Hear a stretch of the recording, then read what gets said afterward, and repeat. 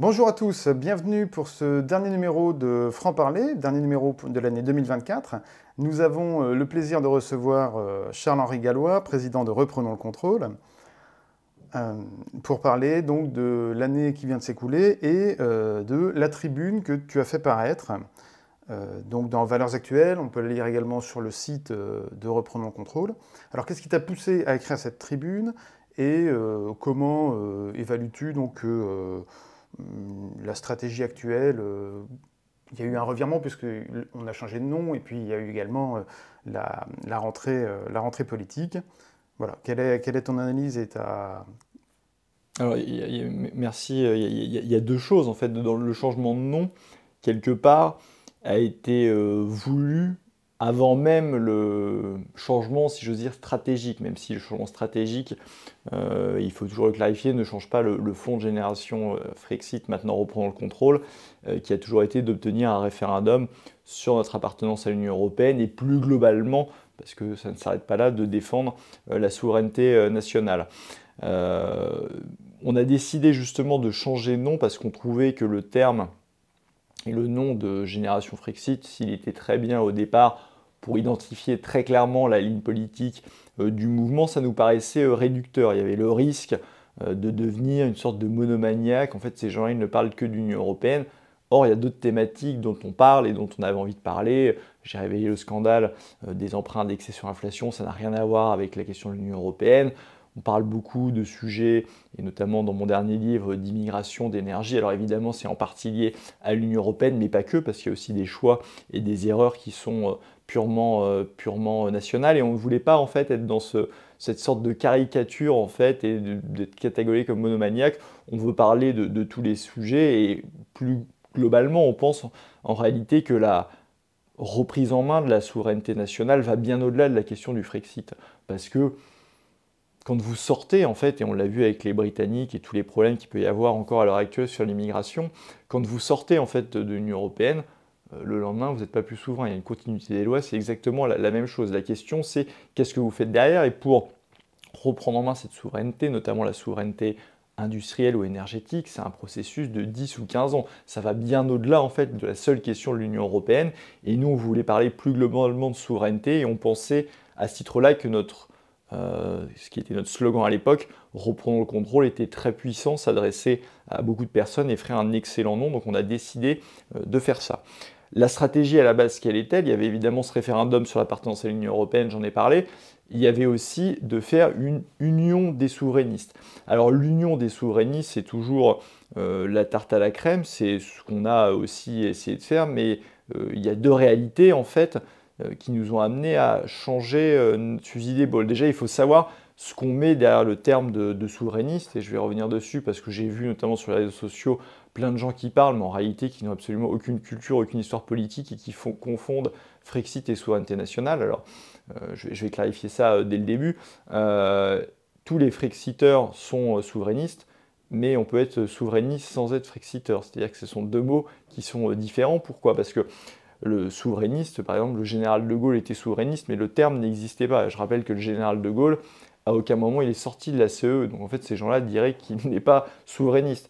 Les souverainistes, c'est le terme de souverainiste, alors c'est un terme québécois, mais c'est un terme qui en France a été popularisé avec des figures qui étaient Philippe Séguin, Philippe de Villiers, Marie-France Garot, Charles Pasqua, Jean-Pierre Chevènement. Or, tous ces gens-là, que ce soit après Maastricht, qui a été le traité qui transférait plus de souveraineté à l'Union européenne, tous ces gens-là, en fait, n'appliquent pas pour autant Frexit. Donc, c'est-à-dire qu'ils vont dire que tous les gens qui sont à l'origine du souverainisme et du mot souverainiste ne seraient pas souverainistes, en fait, dans leur raisonnement. Donc, c'est complètement absurde. On voit que ce sont des gens qui n'ont absolument aucune culture politique. Qu'est-ce que ça veut dire, souverainiste? Alors, évidemment, ça peut aller jusqu'au Frexit, et moi, il n'y a pas de souci là-dedans, tout le monde connaît mon parcours politique. Mais en fait, souverainiste, c'est toute personne qui défend la souveraineté nationale et toute personne justement qui s'oppose déjà au transfert en fait de souveraineté de la France, typiquement qui s'oppose à un nouvel emprunt commun budgétaire, qui s'oppose à la fin du droit de veto, enfin qui s'oppose à tous les transferts que veut faire l'Union européenne. Or, qu'on le veuille ou non, selon ce critère-là qui est la définition officielle, ils ont qu'à lire un Larousse, le Rassemblement national est un parti souverainiste également, parce qu'il s'est battu contre tous les traités de l'Union européenne, et il continue de le faire à l'heure actuelle. Et quand on posait à l'époque la question en fait, du Rassemblement des souverainistes, la plupart du temps, les gens excluaient en fait, le Rassemblement national par le côté petite boutique, petit parti, alors il faut l'union et petite boutique, sauf que ça incluait Nicolas Dupont-Aignan qui, à ce que je sache, n'a jamais proposé le Frexit en tant que tel. Alors on lui avait proposé, et c'est pour ça d'ailleurs qu'on avait fait alliance à l'époque en 2022, qu'il intègre le référendum sur l'appartenance à l'Union européenne, il l'avait fait. Il y en a certains qui veulent, j'ai vu l'appel au peuple, donc qui sont alliés avec Kuzmanovic, qui dit que le RN n'est pas souverainiste, etc. Sauf qu'ils veulent s'allier avec Guénaud, qui n'a jamais proposé de sa vie le Frexit, et qui défendait même Nicolas Sarkozy, qui a fait passer le traité de Lisbonne. Donc en fait, il n'y a absolument aucune cohérence, c'est une sorte de pureté, de dire on est entre petits, et c'est nous les vrais souverainistes, c'est nous les purs. Sauf qu'il y a deux choses. Déjà, l'union des souverainistes hors Rassemblement national, ils en parlent beaucoup, mais en fait, pour connaître les personnalités, alors il y en a qui sont sincères, je pense notamment à Florent Philippot qui a toujours voulu faire l'union souverainiste, ça c'est vrai, il ne s'est jamais coupé d'autres. En fait, vous savez très bien que Nicolas Dupont-Aignan, ça dépend des fois, et François Asselineau n'en veut jamais. Donc en fait, vous n'aurez jamais cette union des souverainistes. Donc pourquoi en fait vous parlez d'un concept qui n'arrivera jamais? Une stratégie politique qui n'a aucune chance d'aboutir, c'est pas une stratégie. Pourtant, c'est un échec. Pourtant, en parallèle, presque simultanément à la sortie de ta tribune, Philippe Murer, par exemple, a rappelé une nouvelle fois à un grand rassemblement oui, mais c'est un des sphères souverainistes en fait. limitées, disons, à, on va dire, le souverainisme, peut-être canal historique, je ne sais pas comment il faudrait l'appeler, ou la version minimaliste ou maximaliste, ça dépend du point de vue. Mais moi, en fait, je ne peux pas débattre d'une stratégie qui n'a aucune chance d'aboutir. On ne débat pas sur des trucs complètement, sur des concepts complètement abstraits, parce que je sais très bien, ils le savent très bien et tout le monde le sait, que ça n'arrivera jamais. Donc ça, c'est la réalité, vous n'aurez pas cette union des souverainistes hors Rassemblement national. La deuxième chose, c'est la réalité politique. Et la réalité politique, quelle est-elle? Déjà, c'est que ces partis qui se considèrent comme les seuls uniques souverainistes, en fait, électoralement, ne font que baisser. Quand vous prenez les élections européennes de 2019 et vous additionnez à peu près tout le monde, ça donnait à peu près du 5%. Les dernières élections européennes, c'est à peine plus de 2%. C'est la même chose si vous prenez l'élection présidentielle de 2017 et celle de 2022. Donc c'est-à-dire que non seulement il n'y a pas de néo-souverainistes, et même si vous les additionnez tous indépendamment, ce qui est censé faire plus, en fait les scores sont de plus en plus faibles. Donc au bout d'un moment, il y a une réalité politique. Et la réalité politique, quelle est-elle? C'est qu'à l'heure actuelle en France, et ça sera pareil jusqu'à la prochaine présidentielle, donc jusqu'en 2027, vous avez trois alternatives.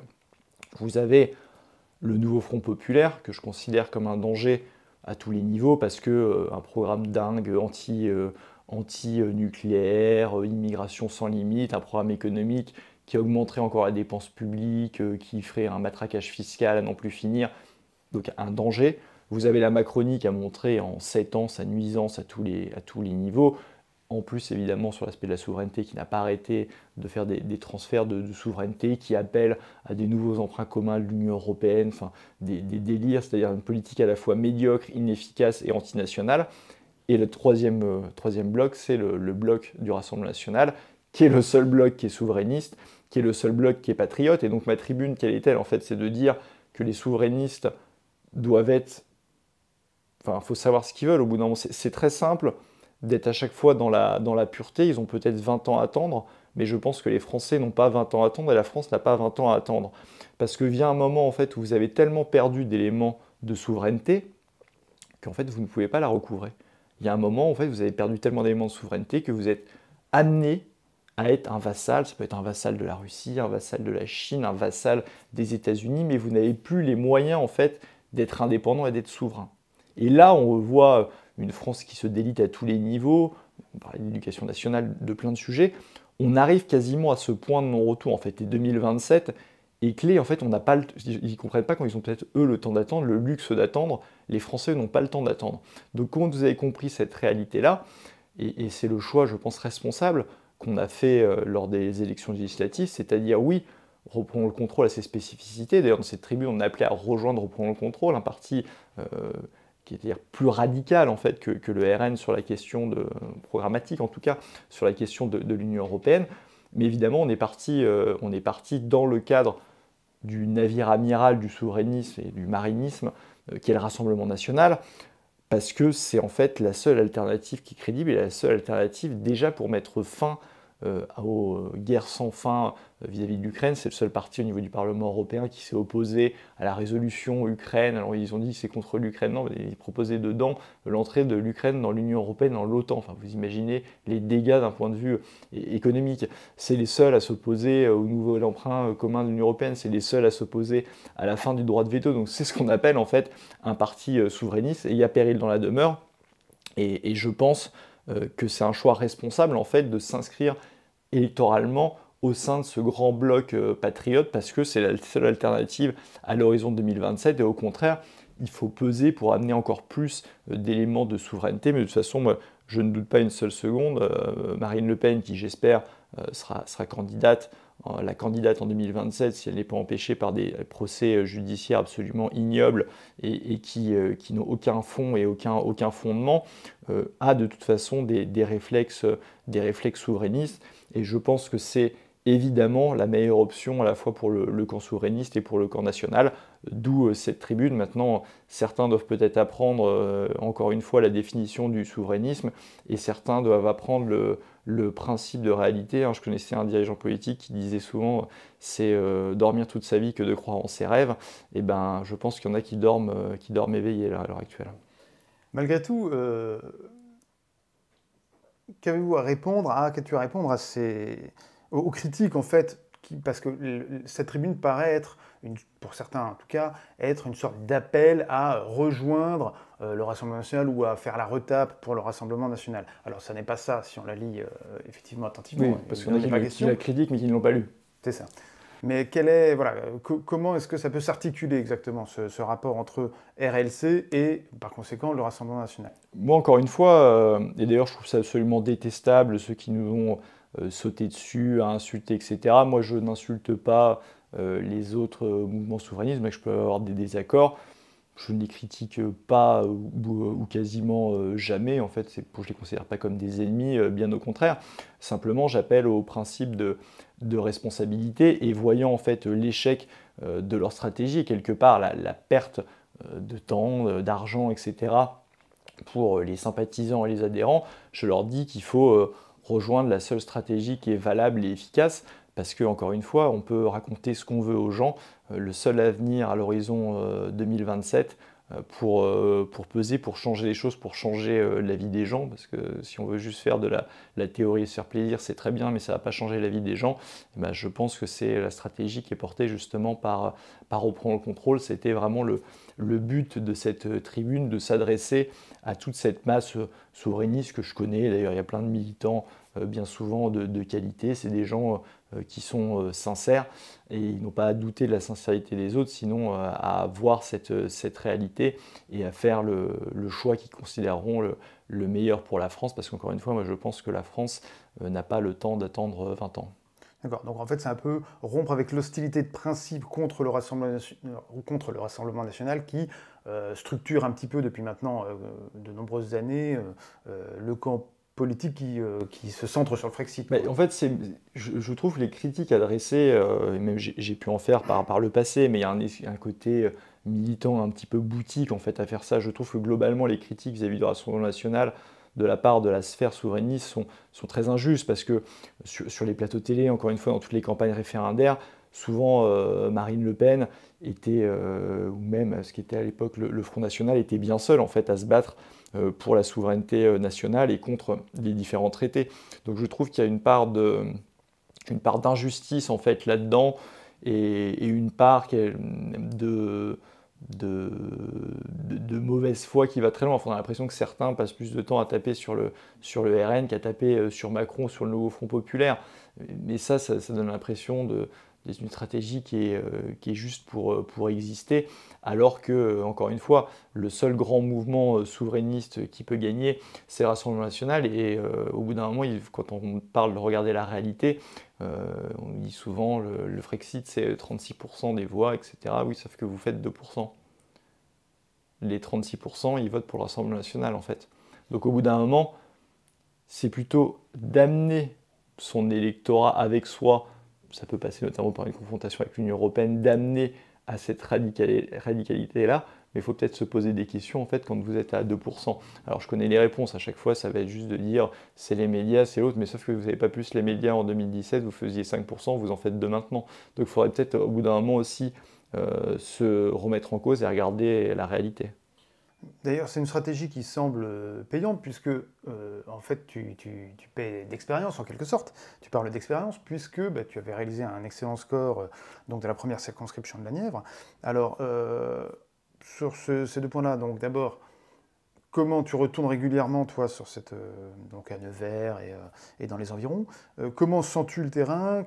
Voilà, quel est le rapport que les gens entretiennent avec toi et comment envisages-tu la suite? Non, le retour terrain est très bon. Les macronistes avaient essayé de jouer le côté parachutage parce que travaillant à Paris, bon, ça n'a pas beaucoup marché parce que ma famille, depuis les arrière-grands-parents au moins, je ne suis pas remonté au-delà, ils viennent tous de la Nièvre en fait. Et moi-même, je suis né dans la Nièvre et j'étais jusqu'à mes 17 ans où je suis après parti à Paris pour les études. Donc je suis 100% nivernais, les gens le savent, les gens, honnêtement, l'accueil est excellent, même à Nevers, qui est censé être la ville la plus hostile, l'accueil est globalement bon. Là, évidemment, ces derniers temps, on parlait beaucoup, même si on a fait des marchés de Noël, on parlait beaucoup de la censure. Et globalement, en fait, on voit que les gens sont plutôt en phase avec la censure, contrairement à tout ce que disaient les médias qui essayaient de faire peur là-dessus en disant c'est peut-être un mauvais calcul politique parce que vous savez, le Rassemblement national essaye de se notabiliser, donc c'est le retour de la diabolisation, mais en fait c'est quelque part des remarques de lâche parce qu'en fait la problématique c'est que ce budget, la motion de censure est suite à un 49.3, ce budget il faut analyser les faits, c'est un mauvais budget. C'est un budget qui a continué à augmenter la dépense publique, contrairement aux promesses de Michel Barnier, avec 2,5% en valeur et 0,7% en volume. Et surtout, c'est un budget de matraquage fiscal avec 40 milliards d'euros de hausse de taxes et impôts, 20 milliards sur les entreprises, 20 milliards sur les particuliers. Donc c'est un budget qui, enfin, dans le contexte actuel où les Français ça fait quand même depuis 3 ans où les hausses de salaire sont inférieures à l'inflation, donc les gens se paupérisent, et vous allez rajouter par ça des taxes et impôts additionnels, ce qui veut dire encore plus de baisse de pouvoir d'achat. Même chose pour les entreprises, en fait vous allez flinguer 2 piliers de la croissance que sont la consommation et l'investissement.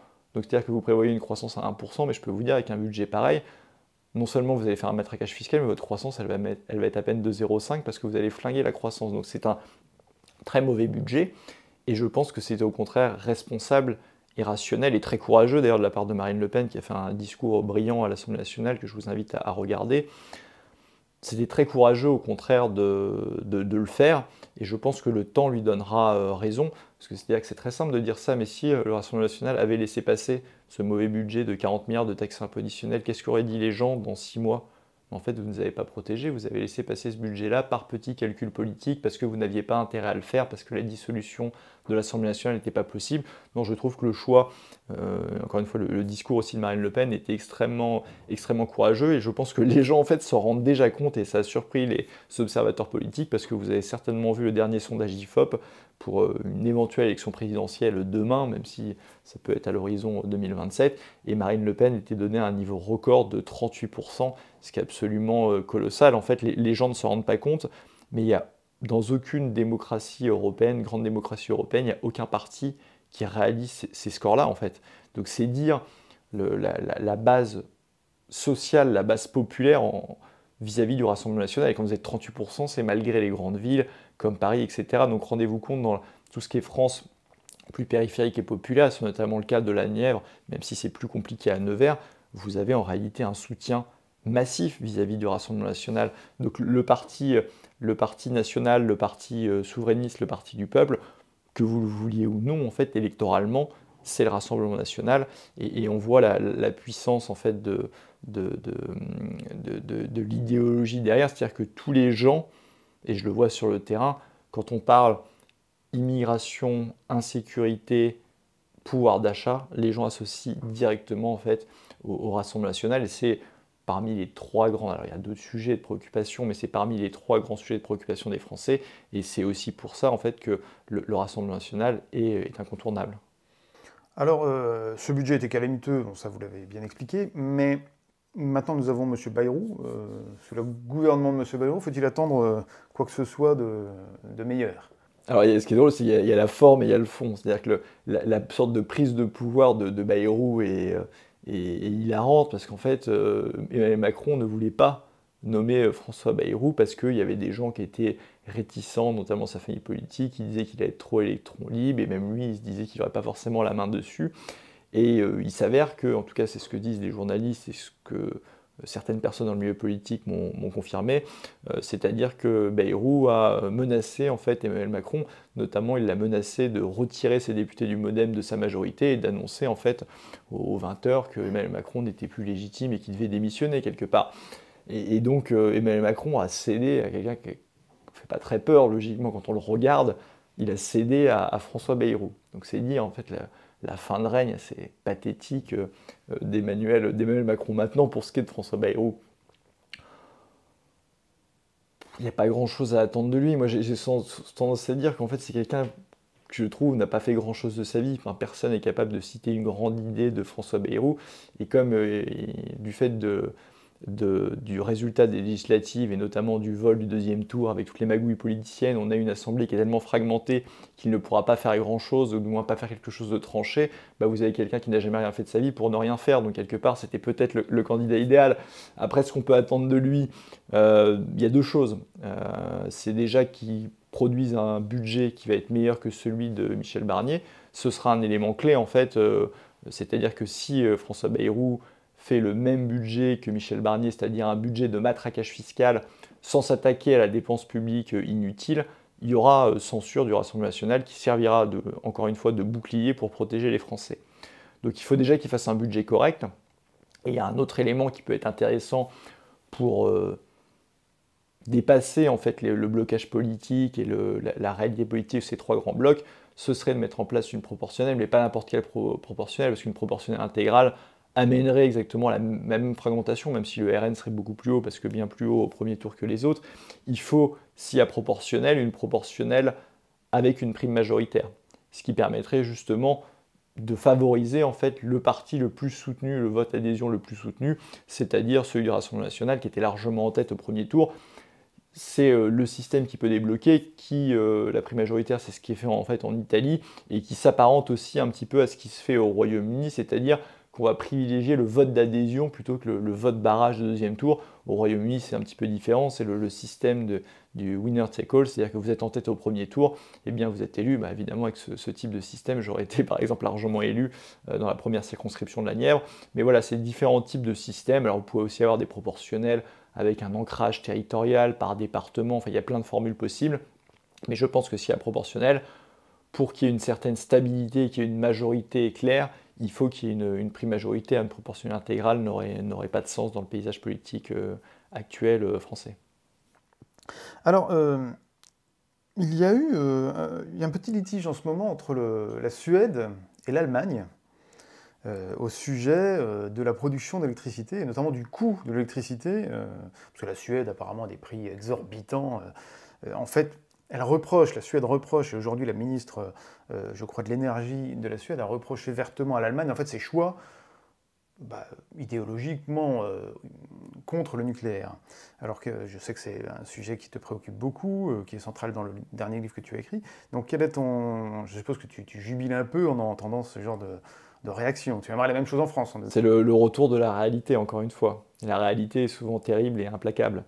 La réalité, c'est quoi? C'est que les Allemands ont fait une politique suicidaire de sortie du nucléaire, qui dépendait à 100% du gaz russe, et avec le phénomène géopolitique et les sanctions où ils se sont tirés une balle dans le pied, plus l'explosion de conduits des gazoducs Nord Stream, qui rendent très difficile un retour en arrière, les Allemands en fait sont complètement coincés, et or la richesse de l'Allemagne c'est son industrie, et vous n'avez pas d'industrie sans une énergie qui est bon marché. Donc on assiste à une sorte de suicide de l'Allemagne là-dessus. mais quelque part, il y a un retour de bâton en partie mérité. Moi, je ne veux jamais le mal des autres, mais l'Allemagne a œuvré au sein de l'Union européenne à une politique justement anti-nucléaire aussi pour les autres, dont la France qui en a payé les pots cassés avec le saccage qu'il y a eu d'EDF, avec les politiques anti-nucléaires qui ont été aussi menées au niveau national. Il n'y a pas que l'Union européenne, il y a eu des choix nationaux là-dessus absolument criminels d'Emmanuel Macron, de vente d'Alstom, de fermeture de Fessenheim, d'arrêt du projet Astrid, les réacteurs de quatrième génération, mais il n'empêche qu'il y a un là au niveau de l'Union européenne, notamment avec les directives dites RED, qui obligent à avoir, maintenant on est à 42,5% de l'énergie primaire qui vient des renouvelables. Donc quand vous avez ce type de directive-là, et que vous avez un parc nucléaire au niveau électrique, au niveau français qui est si fort, mais même au niveau de l'énergie primaire, ça veut dire que pour atteindre ces objectifs, en fait, vous devez arrêter de faire du nucléaire. Donc il y a bien une volonté délibérée, il y a la même chose au niveau des financements et autres, de s'attaquer au nucléaire, et les Allemands étaient à la baguette, et là, ils ont une sorte de retour de bâton. La Suède et certains pays commencent à changer. La France, l'opinion publique a complètement basculé en faveur du nucléaire. Le problème, c'est qu'Emmanuel Macron, il parle beaucoup, il a compris ça en démagogique, mais il a saccagé le nucléaire avant. Il a annoncé en 2022 qu'on allait construire 6 EPR2, sauf qu'il y a un article très récent qui montrait que EDF n'avait pas commencé parce qu'il n'y avait aucune garantie de l'État. Donc c'est-à-dire que quand il s'agit de balancer en pure perte 120 milliards d'euros pour faire des éoliens en mer, 2000 éoliennes en mer, là il y a les garanties financières. Quand il s'agit de débloquer 67 milliards d'euros pour faire 6 EPR2, qui serait bien plus rentable et qui serait surtout pilotable, contrairement à de l'éolien, là Macron traîne. Bien, alors faisons un petit exercice de politique fiction, peut-être pas si fictionnel que ça d'ailleurs. Imaginons qu'en juillet, par exemple, il y ait une nouvelle dissolution, que Bayrou tombe, et que donc tu te présentes dans la première circonscription de la Nièvre, je suppose, et que cette fois, il y a un engouement beaucoup plus fort sur ta personne, mais aussi sur tous les gens du bloc, on va dire national, souverainiste, et qu'il y ait enfin une majorité donc nationale, souverainiste, à l'Assemblée nationale, avec un gouvernement qui sera ce qu'il est. Bon. Quelles seraient, selon toi, les premières décisions à prendre en urgence, les premières urgences de ce nouveau gouvernement ? Alors déjà, vous avez vu les dernières interventions d'Emmanuel Macron, lui il a dit qu'il ne ferait pas de dissolution jusqu'à 2027. Bon ça c'est ce qu'il dit, moi je pense qu'il sera contraint politiquement parce que il faudra voir ce que va faire François Bayrou. Déjà s'il y a un mauvais budget il sera sanctionné et il va être de toute façon sans majorité, donc obligé à des compromis, à faire globalement une politique qui ne va pas satisfaire grand monde. Donc moi je pense qu'il sera contraint. Maintenant, la première mesure en cas de majorité absolue d'un groupe RN, avec les alliés d'ailleurs, notamment Éric Ciotti, je pense que la première mesure, et d'ailleurs c'était dans le programme des dernières législatives, c'est de rétablir un prix national de l'électricité. Parce que là, on assiste à un bain de sang avec des records de défaillance d'entreprise. On a des plus hauts historiques. Si on prend le total, si on prend que les PME, c'est la même chose. Donc il y a péril dans la demeure, et ça a le grand avantage, encore une fois, parce que des fois les puristes qui ne connaissent pas en fait les dossiers, vous pouvez rétablir un prix national de l'électricité sans sortir de l'Union européenne, tout simplement parce que ce n'est pas dans les traités européens. Vous rétablissez un prix national de l'électricité, ça veut dire que vous mettez un tarif de l'électricité nationale basé sur les coûts de production, et vous gardez le système de marché et le mode de calcul des prix du marché de l'électricité de l'Union européenne pour ce qui est des échanges import-export. Ce qui est avantageux pour la France parce qu'on est un très grand exportateur, donc les prix sont plus élevés, on va exporter à prix cher, et sauf que pour nos entreprises, pour les particuliers, vous aurez une électricité qui sera bon marché, ça sera un formidable en fait levier atout de compétitivité. Malheureusement, par dogmatisme et par lâcheté, les macronistes ne l'ont jamais fait. Ça sera évidemment une des premières mesures en fait d'un gouvernement du Rassemblement national, et je pense que c'est urgent. Après, il y a d'autres mesures qui me paraissent urgentes. C'est évidemment un audit des dépenses publiques indépendant pour tailler dans toute la dépense publique inutile. On sait qu'il y en a au niveau des agences de l'État, au niveau du millefeuille administratif, au niveau de l'Union européenne, au niveau des régions, etc. Vous avez beaucoup d'économies à faire sans faire mal au portefeuille des Français, donc ça c'est urgent. Et vous pouvez aussi redonner de l'air notamment en termes de pouvoir d'achat, en baissant la TVA sur les produits de première nécessité, baisser la TVA sur l'énergie, parce que si l'électricité, vous êtes quelque part producteur et indépendant, bah, ce n'est pas le cas sur le gaz et sur le pétrole. Donc vous pouvez comme ça retrouver des marges de manœuvre, retrouver de la compétitivité et protéger les Français. C'était le programme qui me paraissait pertinent de juin et juillet dernier, et ce programme, encore une fois, centré après sur les problématiques aussi, il y a des choses à faire, même sans référendum constitutionnel, parce que malheureusement vous ne pouvez pas le faire sans la présidence de la République, parce que vous pouvez tordre le droit de l'Union européenne comme ça, vous ne pouvez pas le faire, mais vous avez des mesures, notamment pour ce qui est l'expulsion des OQTF, enfin, il y a plein de choses que vous pouvez faire au niveau national et qui ne sont pas faites à l'heure actuelle, donc ça évidemment, ça sera mis en place. Et ça sera mis en place au niveau de l'énergie, du pouvoir d'achat, de l'immigration et de la sécurité. Maintenant, on ne peut pas non plus raconter n'importe quoi aux gens, et ça a été dit de manière très honnête lors des dernières élections, il y a des choses qu'on ne peut pas faire sans la présidence de la République. C'est notamment le cas des référendums.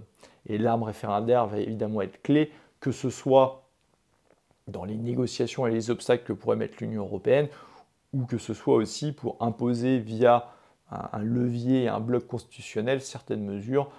Ça peut être le cas sur la question migratoire. Donc il y a des choses et ça avait été dans le programme, qu'on peut faire, des choses qu'on ne peut pas faire, mais en tout cas, c'est évidemment infiniment mieux que ce qu'on vit à l'heure actuelle, et je pense qu'en termes de le rétablissement d'un prix national de l'électricité, il est évidemment urgent, et ce sera la première mesure à mettre en place. Donc en fait, c'est ça l'exemple de ce que dans ta tribune tu appelles le souverainisme de fait. Ben, bien sûr, parce qu'en fait, il y a des choses que vous pouvez faire. Il y en a qui préfèrent ne rien faire, qui préfèrent que la situation se dégrade.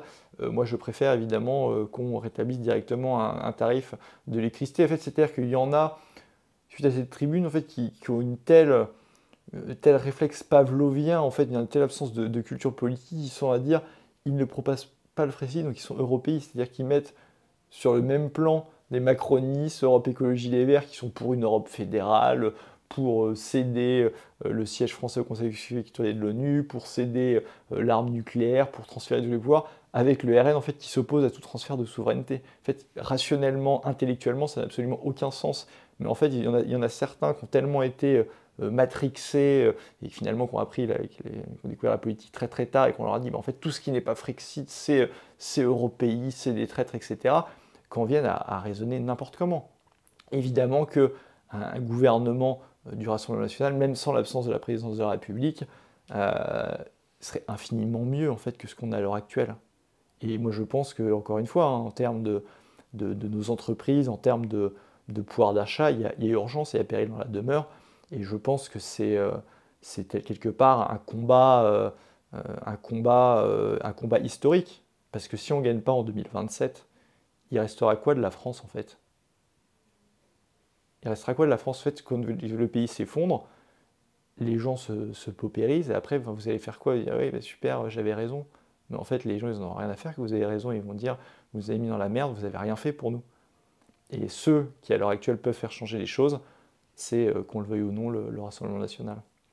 Et enfin, quel mot aurais-tu d'encouragement pour un jeune militant, ou moins jeune, qui serait intéressé par ton discours et qui voudrait justement s'investir dans ce grand combat et rejoindre Reprenons Contrôle? Bah déjà, je serais ravi, et je les invite évidemment à nous rejoindre. Vous pouvez adhérer sur notre site de Reprenons Contrôle, vous pouvez faire des dons. On a besoin de tout le monde. Et je pense que c'est, encore une fois, c'est le combat d'une vie, parce qu'on est à une période charnière. Je pense que si on n'y a pas de victoire en fait, du camp national et souverainiste en 2027 ou 2032, honnêtement, hein, quand on voit l'effondrement en 7 ans de la France à tous les niveaux, au niveau économique, au niveau de l'éducation et autres, et si on en reprend pour 10 ans d'héritiers de la Macronie, hein, que ce soit Édouard Philippe, Gabriel Attal, ou carrément, imaginez-vous, Jean-Luc Mélenchon, qui, quelque part, changerait la population de la France en quelques années et sortirait la France du nucléaire, donc c'est-à-dire enlèverait toute capacité en fait, de rebond économique de la France et de réindustrialisation. En fait, il ne resterait plus rien. Et donc c'est un combat qui est essentiel. On a encore 5 ans, 10 ans maximum devant nous. Donc si vous aimez la France, si vous aimez les Français, je vous invite évidemment à nous rejoindre, à rejoindre Reprenons le contrôle et à rejoindre cette belle aventure et le combat que porte le Rassemblement national aussi et qu'il portera lors de toutes les prochaines échéances électorales. Merci beaucoup Charles-Henri pour cet entretien et ces explications. Je pense que la mise au point est bien passée. Et quant à moi, eh bien, je vous invite effectivement à adhérer également à Reprenons contrôle, à aimer cette vidéo, à la commenter, à vous abonner à notre chaîne. Et je vous souhaite en attendant d'excellentes fêtes, un joyeux Noël. Et nous nous retrouverons en 2025 avec une vidéo et un nouveau franc-parler dont l'invité sera Jacques Sapir. Donc vous voyez, nous avons un bon programme déjà en place pour 2025. À bientôt.